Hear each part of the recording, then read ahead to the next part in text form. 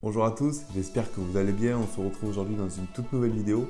Aujourd'hui, je voulais parler avec vous des symptômes liés à l'anxiété et à l'angoisse. J'ai vu énormément de personnes, notamment dans des groupes Facebook, qui se plaignent ou qui ne comprennent pas les symptômes qu'ils peuvent ressentir quand ils ont une crise d'angoisse ou une crise d'anxiété. Aujourd'hui, je voulais parler avec vous des symptômes les plus fréquents qu'on va retrouver pendant les crises pour justement vous les expliquer afin que vous compreniez que c'est tout à fait normal et surtout naturel. Mais avant de rentrer dans le vif du sujet, si vous aimez ce que je partage sur cette chaîne, n'hésitez pas à vous abonner pour la soutenir. Tout d'abord, avant de rentrer dans le vif du sujet, il est important de comprendre que l'anxiété est un phénomène naturel. Il est vrai que lorsqu'on est très souvent anxieux, c'est souvent lié à un dérèglement suite à un traumatisme par exemple, mais l'anxiété est un phénomène naturel. En réalité, c'est le cerveau qui va se mettre en mode défense. C'est l'amygdale, donc une partie du cerveau, qui va percevoir un danger et qui à la suite de ça va mettre le cerveau en mode attaque ou en mode fuite. Et dû à ce mode-là, il va déclencher des phénomènes physiques liés avec ce qu'il a perçu. Avant de vous présenter certains des symptômes physiques que j'ai pu retenir, il faut comprendre aussi que nous sommes tous différents.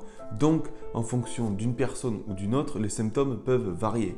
Il y a aussi les critères comme le sexe, comme l'environnement, comme l'entourage et comme aussi le degré d'anxiété que l'on peut ressentir. Tous ces critères vont faire que d'une personne à une autre, les symptômes physiques ne seront pas les mêmes. N'hésitez pas non plus à mettre les symptômes que vous ressentez dans les commentaires, ça pourra aider d'autres personnes. Et s'il y a beaucoup de commentaires, je referai une seconde vidéo pour expliquer d'autres symptômes. Avant de rentrer dans les symptômes physiques à proprement parler, je voulais mentionner avec vous un point qui me semblait important.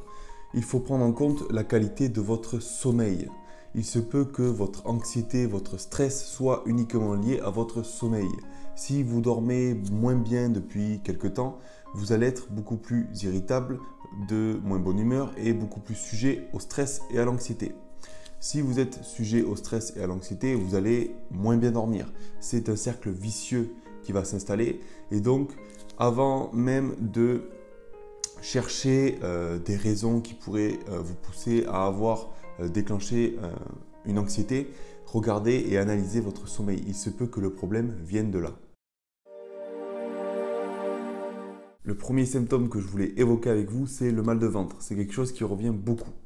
Comme vous l'avez déjà sans doute entendu, le ventre est le second cerveau. C'est le centre des émotions. Il y a énormément de choses qui se passent dans notre estomac. Il a d'ailleurs été prouvé avec des études scientifiques qu'il y a un lien entre notre intestin et notre cerveau et que notre microbiote intestinal aurait des effets sur nos comportements et nos émotions.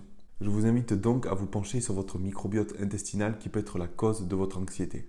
Un second point sur notre estomac, il faut savoir que lorsqu'on est très souvent anxieux, notre estomac libère une sorte d'acidité, j'ai oublié le nom, je vous le remettrai ici, qui peut aussi vous donner des maux de ventre. Un deuxième symptôme physique très récurrent, c'est la sensation d'oppression ou de mal de tête. Lorsque nous sommes anxieux, nous avons donc cette sensation d'oppression, une sorte d'étau qui nous comprime la tête. Je vous mettrai l'image ici des parties du cerveau qui sont concernées. D'après mes recherches, c'est souvent lié à une mauvaise respiration. Lorsque nous sommes anxieux, nous respirons très mal et notre cerveau est donc moins bien oxygéné. Pour calmer cette sensation d'oppression, il y a des exercices de respiration qui fonctionnent très bien. Je vous invite à les consulter sur Internet. Il y a aussi les massages crâniens qui, moi, m'ont beaucoup aidé. Un autre symptôme physique récurrent, c'est la vision trouble. Alors comme je l'ai déjà expliqué, lorsque nous sommes anxieux, c'est parce que notre cerveau perçoit un danger. Je l'ai déjà dit précédemment dans la vidéo, c'est l'amygdale, cette partie de notre cerveau qui va percevoir un danger et cette amygdale a uniquement deux fonctions, le combat ou la fuite. Dans cette optique de fuite, il nous est inutile d'avoir une vision à 180 degrés. C'est pourquoi notre cerveau va réduire notre vision afin de nous concentrer sur une vision très lointaine. Je vais vous donner un exemple. Si vous vous retrouvez face à un lion ou à un ours par exemple, il sera inutile de prendre le temps de regarder les environnements aux alentours, tant le danger sera devant vous et évident. À ce moment-là, la vision trouble sera utile pour vous focaliser sur un point lointain pour favoriser la fuite.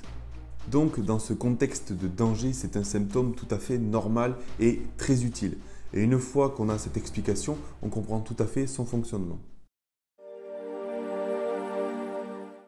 Un autre symptôme physique très connu, c'est cette sensation de jambes faibles, de jambes qui tremblent. Alors qu'en vérité, c'est tout le contraire. Alors je le répète, cet état d'anxiété est le résultat de l'amygdale qui perçoit un danger et qui donc se met en mode combat ou fuite. Et donc dans cet état d'anxiété, le cerveau va libérer de l'adrénaline qui va directement se rendre dans vos jambes et également dans vos bras parce que ça peut favoriser la fuite ou le combat. Reprenons le même exemple que tout à l'heure, si vous vous retrouvez de nouveau face à un lion ou face à un ours, il sera très utile d'avoir de l'énergie dans vos jambes pour courir ou dans vos bras si vous êtes amené à vous battre. Encore une fois, c'est un cheminement naturel, notre cerveau perçoit un danger, donc il a des réactions physiques adéquates. Un autre symptôme qui revient beaucoup, c'est la hausse du rythme cardiaque. Alors comme pour tous les autres symptômes que j'ai évoqués avant, il faut rester dans le contexte de combat ou de fuite. En étant dans ce contexte, on comprend que pour faire face à un combat ou à une fuite, il vaut mieux être alerte. C'est pour ça que votre cœur s'accélère afin que vous soyez prêt. Le fait d'accélérer va aussi permettre d'envoyer beaucoup plus de sang dans vos jambes et dans vos bras. C'est comme lorsque vous allez pratiquer une activité physique. Votre rythme cardiaque va s'intensifier pour répondre aux besoins de la pratique sportive. C'est exactement pareil dans ce cas-là. Pour répondre aux besoins de la fuite ou du combat, votre rythme cardiaque va s'accélérer. Enfin, le dernier symptôme que je voulais évoquer avec vous, c'est la sensation de dépersonnalisation. Alors pour ce symptôme-là, j'ai décidé de prendre une définition que j'ai trouvée sur Internet afin qu'elle puisse parler à beaucoup plus de monde que si j'utilisais mes propres mots à moi. Alors la dépersonnalisation, c'est une forme de trouble dissociatif qui consiste en une expérience prolongée ou récurrente de détachement de son propre corps ou de son fonctionnement mental, habituellement avec l'impression d'être devenu observateur extérieur de sa propre existence. C'est un symptôme qui est très récurrent pour les personnes anxieuses, mais c'est un symptôme qui est aussi très difficile à expliquer lorsqu'on ne l'a pas vécu. Pour expliquer la dépersonnalisation, j'ai trouvé de tout et son contraire sur Internet. Je vous invite donc à faire vos propres recherches pour voir celle qui vous correspond le mieux. Pour ma part, il y a une explication que je vais vous donner là qui m'a énormément parlé. J'ai lu, d'après une étude américaine, que c'est notre esprit, notre cerveau, qui, pour nous éviter toutes ces souffrances liées à l'anxiété, nous déconnectait de la réalité. J'ai trouvé que c'était une explication qui était vraiment très belle, alors je vérifie encore la véracité de ces propos, je vous tiendrai au courant, mais il fallait que je vous en parle aujourd'hui. Comme je l'ai dit au début, je n'ai pas pu mentionner tous les symptômes physiques liés à l'anxiété dans cette vidéo, mais je vous invite à faire vos propres recherches ou à mentionner les symptômes que je n'aurais pas évoqués dans les commentaires. Ce qu'il faut donc retenir de cette vidéo, c'est que tous les symptômes physiques liés à l'anxiété que je vous ai présentés ici sont naturels. Ce sont des réactions physiques liées à une perception de notre cerveau. En tout cas, j'espère que cette vidéo vous aura plu, qu'elle vous aura aidé, qu'elle vous aura appris des choses. Surtout, n'hésitez pas à la liker et à commenter. En attendant, je vous dis à bientôt pour une prochaine vidéo. N'oubliez pas de prendre soin de vous. Au revoir.